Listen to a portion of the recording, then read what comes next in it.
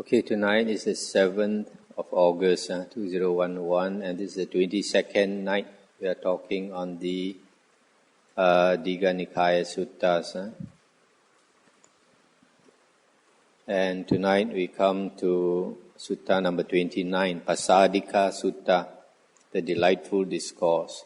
Thus have I heard, once the Lord was staying among the Sakyans at the building in the mango grove belonging to the Vedanya family. At that time, the Niganta Nattaputta had just died at Pava, and at his death, the Nigantas were split into two parties, quarreling and disputing, fighting and attacking each other with wordy warfare.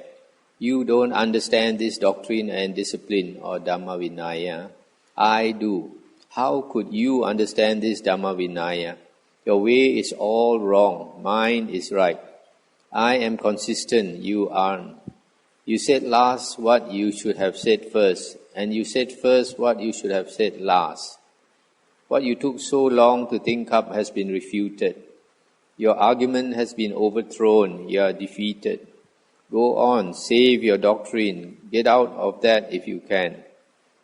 You would have thought the Nigantas, Nattaputta's disciples, were bent on killing each other. Even the white-robed lay followers were disgusted, displeased and repelled when they saw that their Dhamma Vinaya was so ill-proclaimed, so unedifyingly displayed, and so ineffectual in calming the passions, having been proclaimed by one not fully enlightened, and now with its support gone, without an arbiter. Now the novice Chunda, who had spent the rains at Pava, came to Samagama to see the Venerable Ananda. Saluting him, he sat down to one side and said, Sir, the Niganta Nattaputta has just died at Pava. And he related what had happened. Venerable Ananda said, Chunda, that is something that ought to be reported to the Blessed Lord. Let us go and tell him. Very good, sir, said Chunda. So they went to the Lord and told him. He said, Chunda, here is a Dhamma Vinaya that is ill-proclaimed, unedifyingly displayed, and ineffectual in calming the passions, because its proclaimer was not fully enlightened. Such being the case, Chunda, a disciple cannot live according to that doctrine and maintain proper conduct, nor live by it, but deviates from it. To him one might say, Friend, this is what you have received, and you have your opportunity. Your teacher is not fully enlightened. You cannot live according to that doctrine, but deviate from it. In this case, Chunda, the teacher is to be blamed. The doctrine is to be blamed, but the pupil is praiseworthy. And if anyone were to say to that pupil, Come now, Reverend Sir, practice according to the doctrine proclaimed and given out by your teacher, then the one who urged this, the thing urged, and the one who so practiced would all gain much demerit. Why? Because the doctrine is ill-proclaimed. But here Chunda is a teacher who is not fully enlightened, and a disciple lives according to that doctrine and conforms to it. One might say to him, Friend, what you have received is no good. Your opportunity is a poor one. Your teacher is not fully enlightened. His teaching is ill-proclaimed, but yet you continue to live according to it.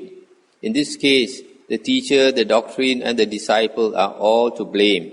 And if anyone were to say, Well, Reverend Sir, by following that system you will be successful, the one who so recommended it, that which was recommended, and the one who, on hearing such recommendation, should make still greater efforts, would all gain much demerit. Why?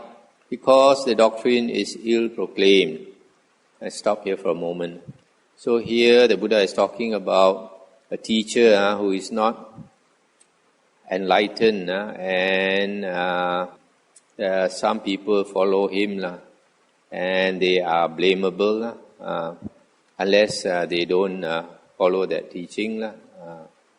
So this brings to mind nowadays, even within Buddhism, you have so many later books written by people who are not fully enlightened. So it's a mistake to follow those books. Buddha says, then you are blamable. But here now is a teacher who is fully enlightened. His doctrine is well proclaimed, edifyingly displayed, effectual in calming the passions because of that enlightened teacher. But the disciple does not live up to the doctrine, but deviates from it. In that case, one might say to him, "Friend, you have failed. You have missed your opportunity. Your teacher is fully enlightened. His doctrine is well proclaimed, but you do not follow it. You deviate from it. In this case, the teacher and the doctrine are praiseworthy, but the pupil is to blame. And if anyone were to say, 'Well, Reverend Sir, you should follow the teaching proclaimed by your teacher,' then the one who urged this, that which was urged, and the one who so practiced would all gain much merit. Why? Because the doctrine is well proclaimed. But now, Chunda, here is a teacher who is fully enlightened. His doctrine is well proclaimed, and the disciple, having taken it up, follows it, practicing it properly and keeping to it. Someone might say to him, 'Friend, what you have received is good. Here is your opportunity, and you are following the doctrine of your teacher.' In this case, the teacher and the doctrine are praiseworthy, and the pupil is also praiseworthy. And if anyone were to say to such a disciple, 'Well, Reverend Sir, by following that system you will be successful,' then the one who thus recommended it, and that which was commended, and the one who, on hearing such commendation, should make still greater efforts, would all gain much merit. Why? Because that is so when the Dhamma and Vinaya, doctrine and discipline, are well proclaimed, edifyingly displayed and effectual in calming the passions, because of the fully enlightened teacher and supreme Buddha." Stop here for a moment. So here the teacher is fully enlightened, a Buddha, and if the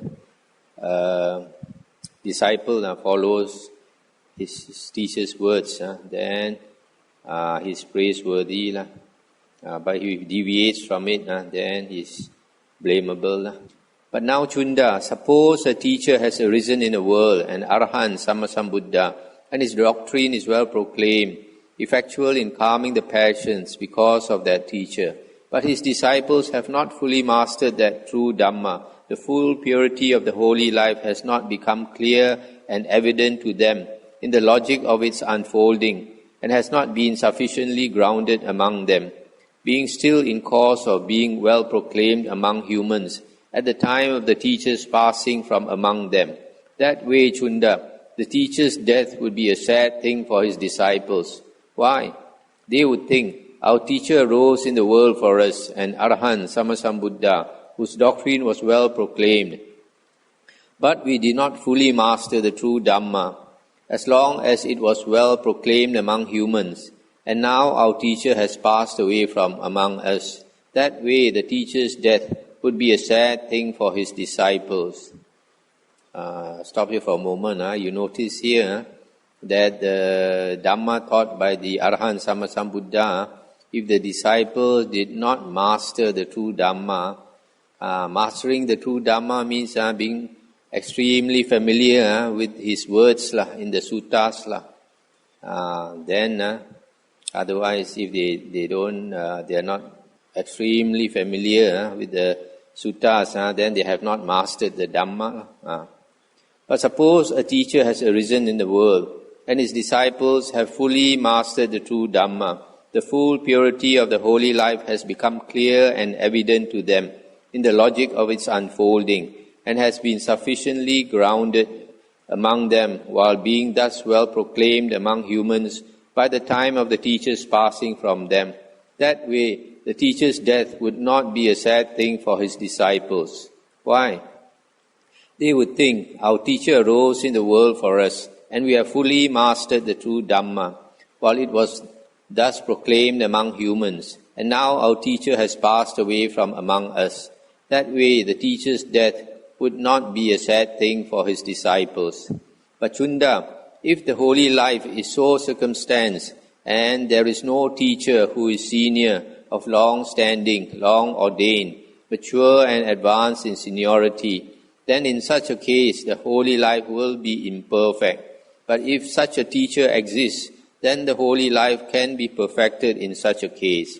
If in such a case there is such a senior teacher But if there are no senior disciples among the monks who are experienced, trained, skilled, who have attained peace from bondage, who are able to proclaim the true Dhamma, able to refute any opposing doctrines that may arise by means of the true Dhamma, and having done so, give a rounded exposition of Dhamma, then the holy life is not perfected. In such cases, if there are such senior teachers and such senior disciples, but there are no monks of middle standing with these qualities, or, despite the presence of these, no junior monks with these qualities, or no senior disciples among the nuns, or no middle-ranking or junior nuns, or no white-robed lay followers, male or female, celibate or otherwise, or if the teaching does not prosper and flourish, is not widespread, widely known, proclaimed far and wide, or even if these conditions are fulfilled, has not gained the first place in public support, then the holy life is not perfected. If, however, all these conditions are fulfilled, then the holy life is perfected. But Chunda, I have now arisen in the world as an Arahant Sammasambuddha. The Dhamma is well proclaimed. My disciples are proficient in the true Dhamma. The full purity of the holy life has become clear and evident to them in the logic of its unfolding. But now I am an aged teacher of long standing, who went forth a long time ago, and my life is coming to its close. However, there are senior teachers among the monks who are experienced, trained, skilled, who have attained peace from bondage, able to proclaim the true Dhamma, able to refute by means of the Dhamma any opposing doctrines that may arise, and having done so, give a grounded exposition of Dhamma. And there are middle-ranking monks who are disciplined and experienced. There are novices who are disciples. There are senior, middle-ranking and novice monks, nuns, and novice nuns who are disciples. There are white-robed lay followers, male and female, celibate and non-celibate. And the holy life I proclaim prospers and flourishes, is widespread, widely known, proclaimed far and wide, well proclaimed among humans. Among all the teachers now existing in the world, Chunda, I see none who has attained to such a position of fame and following as I have. Of all the orders and groups in the world, I see none as famous and well followed as my Sangha of monks. If anyone were to refer to any holy way of life as being fully successful and perfect, with nothing lacking and nothing superfluous, well proclaimed in the perfection of its purity, it is this holy life they would be describing.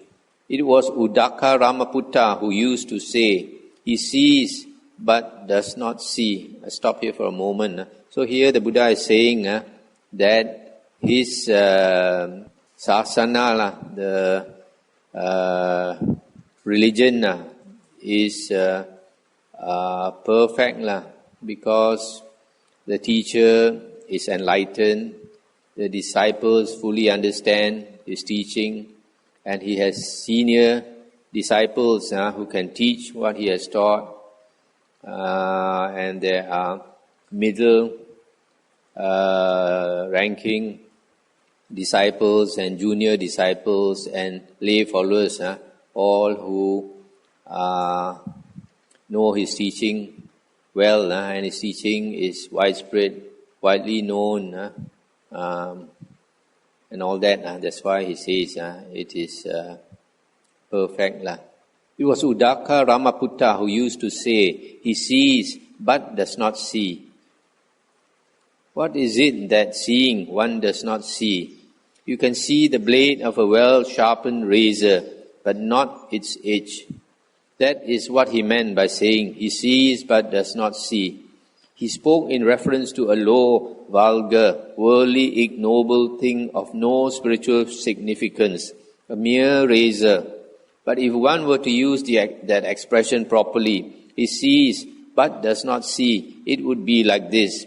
What he sees is a holy way of life, which is fully successful and perfect, with nothing lacking and nothing superfluous, well proclaimed in the perfection of its purity. If he were to deduct anything from it, thinking in this way it will be purer, he does not see it. And if he were to add anything to it, thinking in this way it will be more complete, then he does not see it. That is the meaning of the saying, he sees but does not see. Therefore, Chunda, if anyone were to refer to any holy way of life as being fully successful and perfect, it is this holy life they would be describing. I stop here for a moment. This is an extremely important paragraph the Buddha is saying here. The Buddha first, he says, his holy way of life is perfect. Secondly, there is nothing lacking, nothing superfluous. In other words, it is complete. Complete. Hoàn chuẩn, hoàn moi. Perfect is hoàn moi, isn't it? In Hokkien. Complete is hoàn chuẩn. And then utterly pure, perfection of its purity. So there are three characteristics of the Buddha's teaching. One is it is perfect, the other one it is complete, the third one it is utterly pure. So the Buddha says, if anybody thinks he wants to deduct anything from the Buddha's words, he does not understand, he does not see it, that means not see the Dhamma, does not understand the Dhamma. And if he wants to add anything to the Buddha's words, thinking it will be more complete, then also he does not see the Dhamma, he does not understand the Dhamma. Which means that those later monks who added to the Buddha's words, wrote the later suttas and they wrote the later books like the commentaries and the Abhidhamma and all that, Visuddhimagga and all that, according to the Buddha, they don't understand the Dhamma, because if they understand the Dhamma, then they will know that the Buddha's words are perfect and complete and utterly pure. You don't need to add to his words. What he has said is already enough. Why must you add to his words? Even things like about meditation, what the Buddha has explained is complete, perfect. You don't need to add to his words about meditation also. Because the certain things like the Buddha didn't say, it's purposely because he didn't say it, and not that he doesn't know how to say it. Purposely doesn't say certain things because, why? Because meditation is something, each person is different. You got to practice it yourself and find the way that is suitable for you. The basic teaching, for example, about noticing the breath coming in and out, that is the basic principle. Where you want to notice the breath, how you want to notice the breath, each person is different. That's why a lot of things the Buddha did not say because it's not necessary. On the other hand, you find some teachers, they say so much about meditation, so that you find those disciples following the teacher who have said so many things, they have a Seipan view of that meditation. Their meditation must go exactly according to that way. Otherwise, it's not correct. So they want it so badly that they start to see those things that they want to see. Just like some people want to see the light, then they see the light. Because it's very easy to imagine what you like to imagine. To continue, the Buddha says, therefore, Chunda, all you to whom I have taught these truths that I have realized by super knowledge should come together and recite them, setting meaning beside meaning and expression beside expression, without dissension, in order that this holy life may continue and be established for a long time, for the profit and happiness of the many, out of compassion for the world, and for the benefit, profit, and happiness of devas and humans. And what are the things that you should recite together? They are the 4 intense states of mindfulness, the 4 right efforts, the 4 bases of psychic power, the 5 spiritual faculties, the 5 mental powers, the 7 factors of enlightenment, the Noble Eightfold Path. These are the things you should recite together. And thus you must train yourselves, being assembled in harmony and without dissension.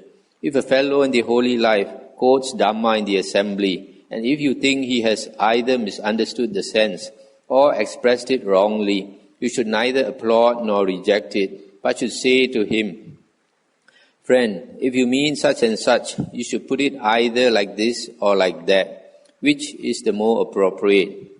Or if you say such and such, you mean either this or that, which is the more appropriate." If he replies, "This meaning is better expressed like this than like that," or "the sense of this expression is this rather than that," then his words should be neither rejected nor disparaged, but you should explain to him carefully the correct meaning and expression. Again, Chunda, if a fellow in the holy life quotes Dhamma in the assembly, and if you think he has misunderstood the sense, though he has expressed it correctly, you should neither applaud nor reject it, but should say to him, "Friend, these words can either mean this or that. Which sense is the more appropriate?" And if he replies, "They mean this," then his words should be neither rejected nor disparaged, but you should explain to him carefully the correct meaning. And similarly, if you think he has got the right meaning but expressed it wrongly, you should explain to him carefully the correct meaning and expression. But Chunda, if you think he has got the right meaning and expressed it correctly, you should say good, and should applaud and congratulate him, saying, "We are lucky, we are most fortunate to find in you, friend, a companion in the holy life who is so well versed in both the meaning and the expression." I'll stop here for a moment. So here the Buddha, firstly, at the top, the Buddha says there are certain teachings which are very important, which the monks should constantly focus on, recite it. What are these? These are the 37 Bodhipakya, the 4 intense states of mindfulness, Satipatthana, the 4 right efforts, Vayama, the 4 bases of psychic power, Iddhipada, the 5 faculties, Indriya, the 5 powers, Bala, the 7 factors of enlightenment, Bojjhanga, the Noble Eightfold Path, Arya Atangika Magga. If you add 4 plus 4 plus 4 plus 5 plus 5 plus 7 plus 8, you get 37. So these are called the 37 Bodhipakya Dhammas. When you practice these 37 Bodhipakya Dhammas and perfect them, then you have perfected the Noble Eightfold Path also. So after that, the Buddha says that if some monk teaches the Dhamma and the meaning is not so clear, then it should be discussed and made clearer. Chunda, I do not teach a Dhamma for restraining the asavas that arise in the present life alone. I do not teach a Dhamma merely for their destruction in future lives, but one for their restraining in this life, as well as for their destruction in future lives. Accordingly, Chunda, let the robe I have allowed you be simply for warding off the cold, for warding off the heat, for warding off the touch of gadfly, mosquito, wind, sun, and creeping things, just so as to protect your modesty. Let the alms food I have allowed you be just enough for the support and sustenance of the body, for keeping it unimpaired, for the furtherance of the holy life, with the thought, thus I shall eliminate the former feeling without giving rise to a new one. In that way I shall live without fault and in comfort. Let the lodging I have allowed you be simply for warding off the cold, for warding off the heat, for warding off the touch of gadfly, mosquito, wind, sun, and creeping things, just for allaying the perils of the seasons and for the enjoyment of seclusion. Let the provision of medicines and necessities for the treatment of sickness that I have allowed you be just for warding off feelings of sickness that have arisen and for the maintenance of health. Stop here for a moment. So here the Buddha says his teaching